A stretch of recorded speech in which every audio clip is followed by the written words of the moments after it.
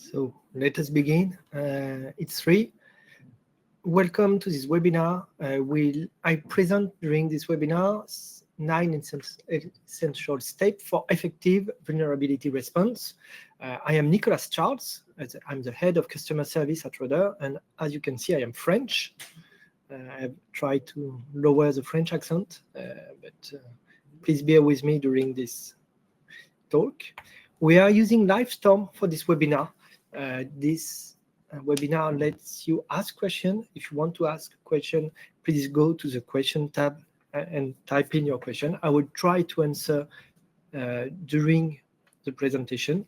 We will also submit poll for you with questions. So let's start with the first question for you. What are you looking for during this webinar? And what would you like to find about?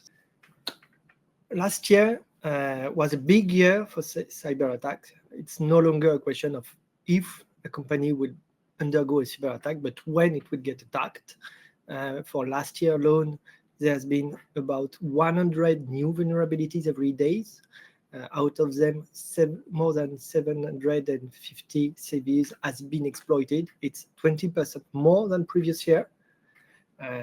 181 zero-day vulnerability has been used, and on average, when there's been ransomware which has been paid, people paid 9.5 million. So only for those who were public, there are probably much more ransomware that has been paid, but we don't know all of them. Cyber attacks are only a small part of all the vulnerability impact. There are other problems which are not dependent on the other external world. So it's important, but it's not only that. So let's discuss about threats, vulnerability, and risks. Threats are something that can destroy or damage your assets. Mostly it's a threat to availability or to data. You have the human-related part, like a dishonest human, an employee who is disgruntled and simply destroy stuff. Can be also a human that makes an error. It happens.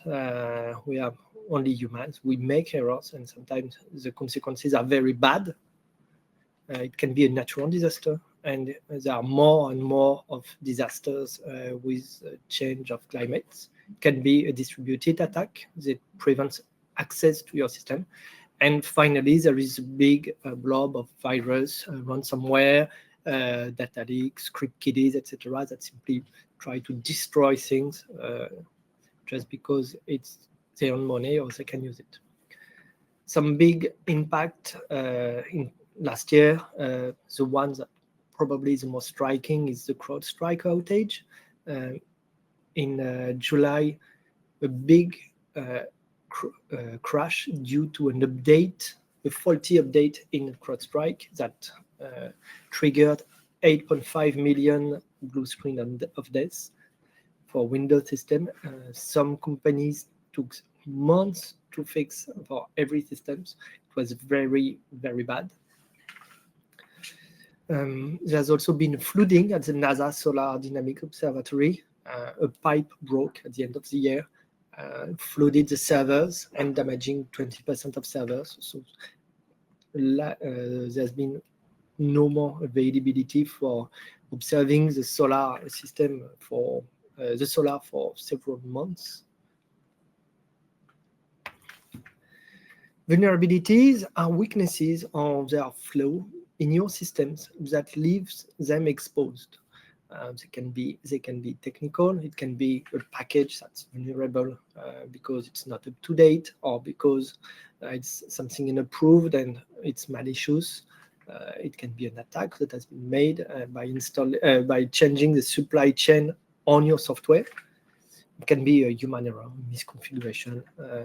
It can be a firewall that has been left open when it should have been closed, maybe because of maintenance that has been done and it was not finished, and it stayed open. People leaving the system exposed. It can be simply carelessness. People didn't pay proper attention on the problem. There's been two very big vulnerabilities in last year. The first one was a 0-day in inventory. By combining several CVEs, attackers could get access to organization IT system using inventory, bypassing authentication and then injecting code within the IT system. There's been another one also, which was quite complex. It was for the XZ compressing software. In February, somebody introduced a backdoor in the build by injecting blobs for the tests of XZ, and they were linked in some weird way at build. It allowed remote code execution when trying to log using OpenSSH on the servers when using a specific key. This CVE had the score of 10, which is the highest you can have. It means that you were totally vulnerable when you had this vulnerability. Hopefully, it has been found quite quickly, and there are no proofs that it's been used in the wild. Then the risk. The risk is a combination of asset criticality, vulnerability, exploitability, and the threat levels. So an asset is a server, a service, or data. It can be your single sign-on server, a service. It can be your accounting server, the server hosting accounting data. It can be your data, the people data.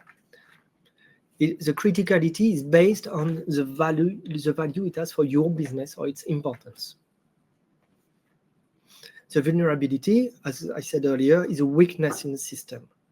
And the exploitability is based on the attack vector and the known weakness. It's a combination of both of them. And finally, the threat is the impact it has on the assets or resource. It can be a very low impact. It's simply a short-term availability problem. It can be a very high impact. Destroying data is very bad. And the exploitability can be virtually non-existent for certain type of attack or certain type of assets. For instance, if you have air-gapped system, you are safe for most of exploit. On the other hand, it can be very high. There are known exploits used in the wild for certain type of vulnerabilities, and you have to protect yourself. Like you probably all remember Log4Shell vulnerability. It was exploited for 9 days before the issue has been disclosed. So for 9 days, people were actively using it to extract data. And often, we don't know what is exploitability. For instance, the CrowdStrike outage related was not on the radar. We would not expect that it would crash 8 million servers just like that in the morning. So let's start with a strategy to deal with the vulnerability. We have a question for you that appears as a pool. Do you already have a strategy to deal with your vulnerabilities? I suggest a 9-step vulnerability, a 9-step process to deal with vulnerability. It can be more, it can be less. It's often the same type of approach that can be splitted differently. But the first step is always to know what are your assets. What do you manage? What do you use? What do you need? And you need to discover all of them. And it's a pretty large task because you need to discover all the physical devices, the computers, the servers, the routers, all your network interfaces. You need to discover also the operating systems, the softwares, the dependencies of these softwares, because your softwares use libraries also that might have also other dependencies. And also your external service provider.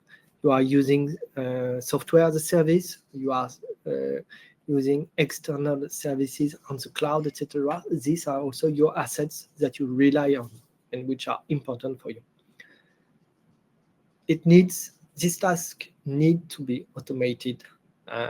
So you can use network scanning, discovery, inventory software that will automatically create inventories of your system, get the software bill of material, and insert your result in a CMDB or something like that, a configuration management database, so that you have a way to explore that and keep the data over time.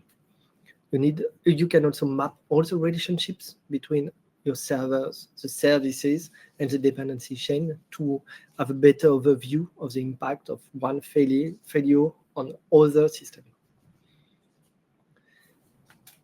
You have probably a lot of assets, so you need to define which are the most critical. There is asset criticality ranking method to manage that. There are other methods that you can use to define the criticality of each asset, but it basically needs to be the 5 following questions. What happens if the asset is failing? If your single sign-on fails, people cannot work anymore. They cannot log in on system, so they cannot work. It's a big financial problem. If it is hacked and people can bypass the single sign-on, it's even worse because they can access all your systems. Our reliabilities, does it fail often? If so, you need to watch it closely to check if it fails, to restart it or repair it. How easy is it to know if it fails? If you can get an alert before it fails, or if you get notified in some way, or if there are users that screams when it fails, or does it fail silently and something that should protect you stop protecting you and you have no idea that you're not protected anymore? How connected it is to other systems? Can it be a backdoor in your system and get to everything, or is it totally gapped? And how difficult is it to replace it? If it's hacked, can you replace it by something that would work? And that's something that no one else can do better than you do. And it's you and other people of your company, other stakeholders. You need to scan then the most important assets. As I said earlier, there are about 100 new vulnerabilities per day. There are human error can happen also. Change the configuration, breaking configuration that might put system at risk, making them fail, making them vulnerable. So you need to scan them. You probably depend on some kind of compliance regulation that also requires vulnerability scan. Some requires every 3 months, other every month. The most often you do it, the better it is. And if you can automate that, it's even better because you know that you will get results of the level of vulnerability you have without needing to do a complex audit. It will be an automatic process. You will have a lot of results from these scans, and then you need to prioritize what has been found to remediate the most important first, based on the asset risks we've seen before, the CV or the vulnerability severity, how easy it is to exploit that, and the attack vectors. It's a combination of these 4 factors that will define if you need to do something or if you can ignore it. Some vulnerabilities might not be relevant or exploitable for your system. Other probably which may not look very bad are indeed important for this kind of service that the asset is doing. So you need to define which ones are the most important and work on them, and then remediate the problems. So it's probably a combination of patching, upgrading system, changing the configuration. You need to work on the most critical issues first, and to create a strategic remediation plan. It also includes a way to, you need to take care of decommissioning some assets. You have probably assets that are too old or too vulnerable. If you cannot do that, isolate them so that they can't propagate problems to other systems. You need to include all the stakeholders in this process so that they can also work with you and be have a faster remediation plan for your system. But the maintenance window can prevent you from remediate the issue. Sometimes you need 100% time of availability, or 99.999, and you can update it only once per 6 months or something like that. So you need other way to remediate in this case. Once you remediated, you need to validate that it did indeed resolve the vulnerability and did not introduce new problems, and automate this remediation across all systems that could be impacted or that are impacted. You need also to automate maintaining system up to date. By having a system up to date, you prevent exposure to one-day attacks. So attacks on systems that are already patched, which are already where a fix is already available, but it's not patched. It lowers the risk of exploit on your system, and it will ease every future upgrades. If your system are always up to date, it's much easier to upgrade them than to jump 2, 3, 4, 10 versions. It will, by automating the process, your teams will gain time. They won't have to do it manually. But as we will see later, some assets cannot be updated, unfortunately. Your team also are a big part of this process. They need to be able to identify the threats. Most likely phishing, social engineering, impersonation of people.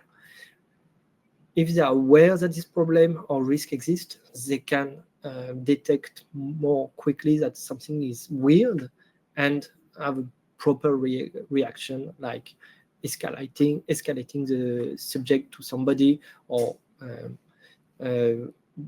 simply not doing anything and double checking with somebody else. You need to make sure that the procedure are in place for this case, and that people know where whom to talk to, and that everybody knows that. You can go even further by doing pen test, breach, attack simulation on your system, so that you are sure that they are secured in proper way with other teams. You need to have some planning for the cases where vulnerabilities may not be fixable, because sometimes your asset depends on something that's too old. There's no new version, or it can't be upgraded because of some weird dependency. It can be material dependency, hardware dependency on some physical device or on some software, etc. The flow can be too deep in the system and non-fixable with reasonable cost, or it's something you cannot act on. You have a black box that's on your system, you cannot manage it, but it does something for you, but you are not the owner of this, and you cannot do anything. Or sometimes there is simply no maintenance window. It can be a server that manages a production line. You cannot stop the production line to upgrade the server. In this case, you need a plan that takes contingency method upfront, like lowering the surface attack, isolate the system, put higher security around it, firewalling the system, and maybe replacing it by something newer or different. And watching it more closely and have fast reaction time in case the risk happens. You also need to be able to replace it or restore data in case of problem. So you need a disaster recovery plan. You need to test it and to make sure it works. And I have a question for you in this poll. Do you test your disaster recovery plan? Do you have one, and do you test it regularly?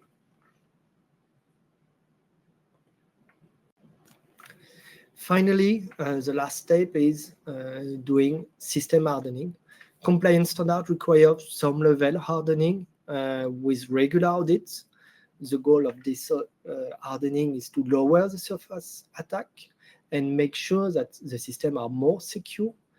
Often the goal is to ensure that the data are secured and they cannot escape the system.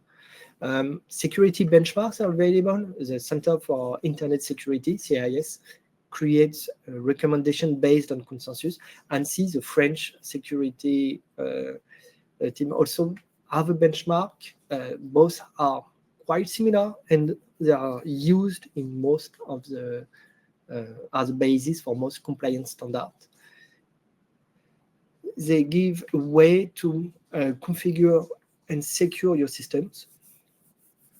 And when you use them, you will need to introduce some exceptions because your servers will probably need to do something that's not allowed by this benchmark. So you will need to introduce exception based on server system rules.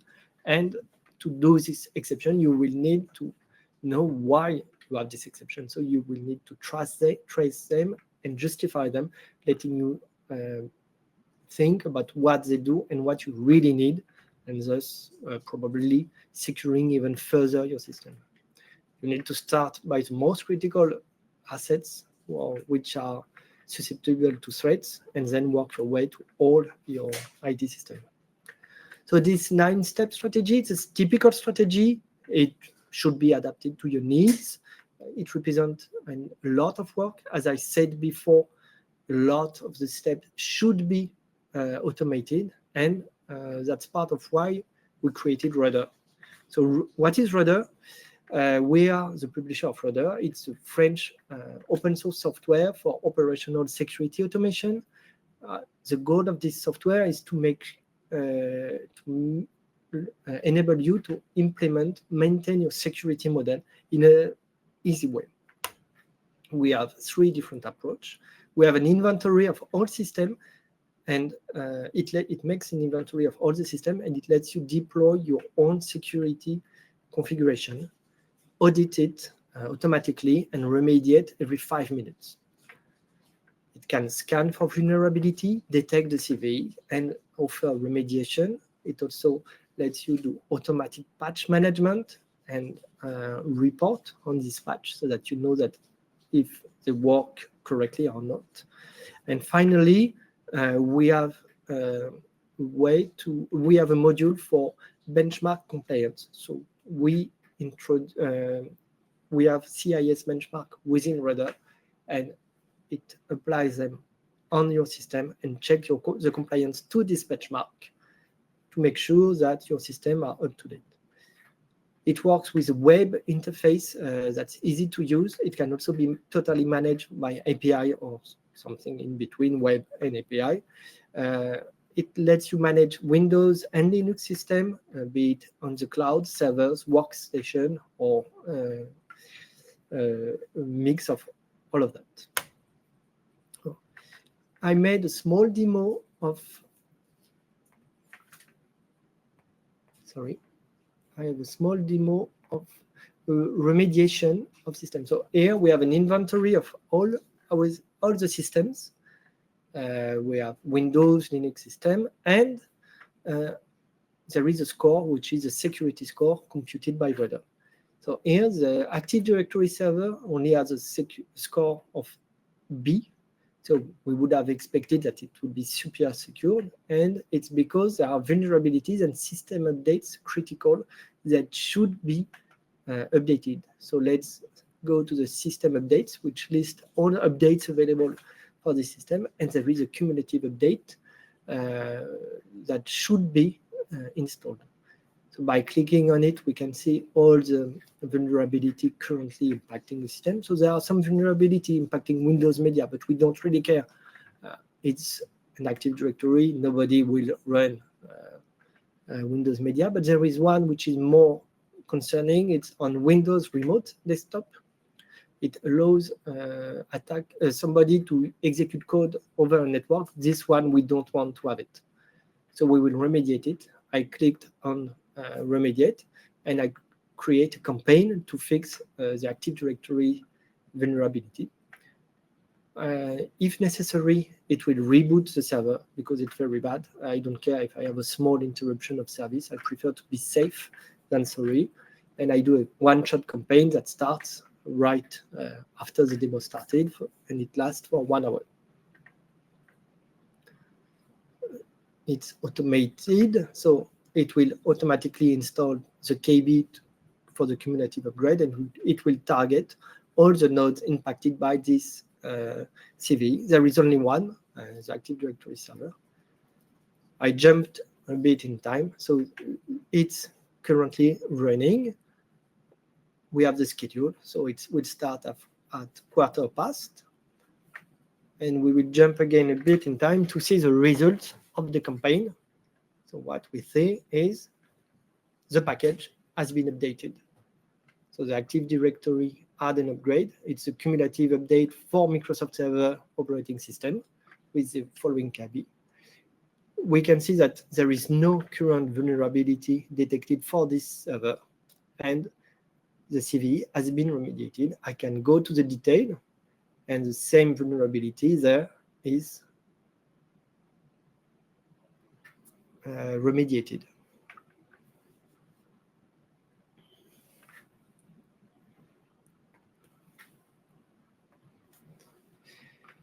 Would you be interested by a demo of the product? We can make you a demo.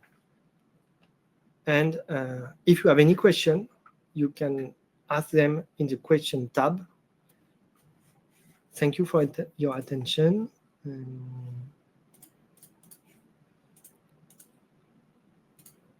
I don't see any questions. We still have 2 minutes for questions if you have any.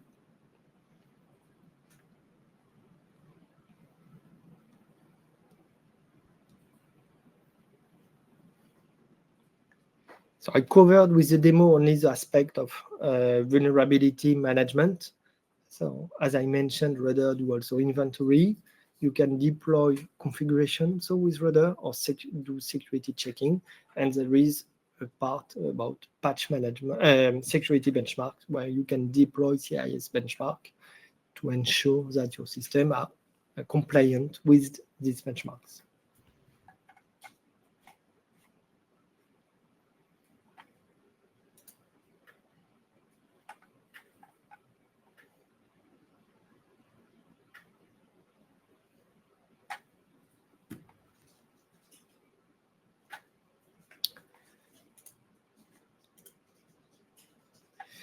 So thank you for your time and your attention. I wish you a very nice day or afternoon, depending on your time zone. And thank you for bearing with my French accent.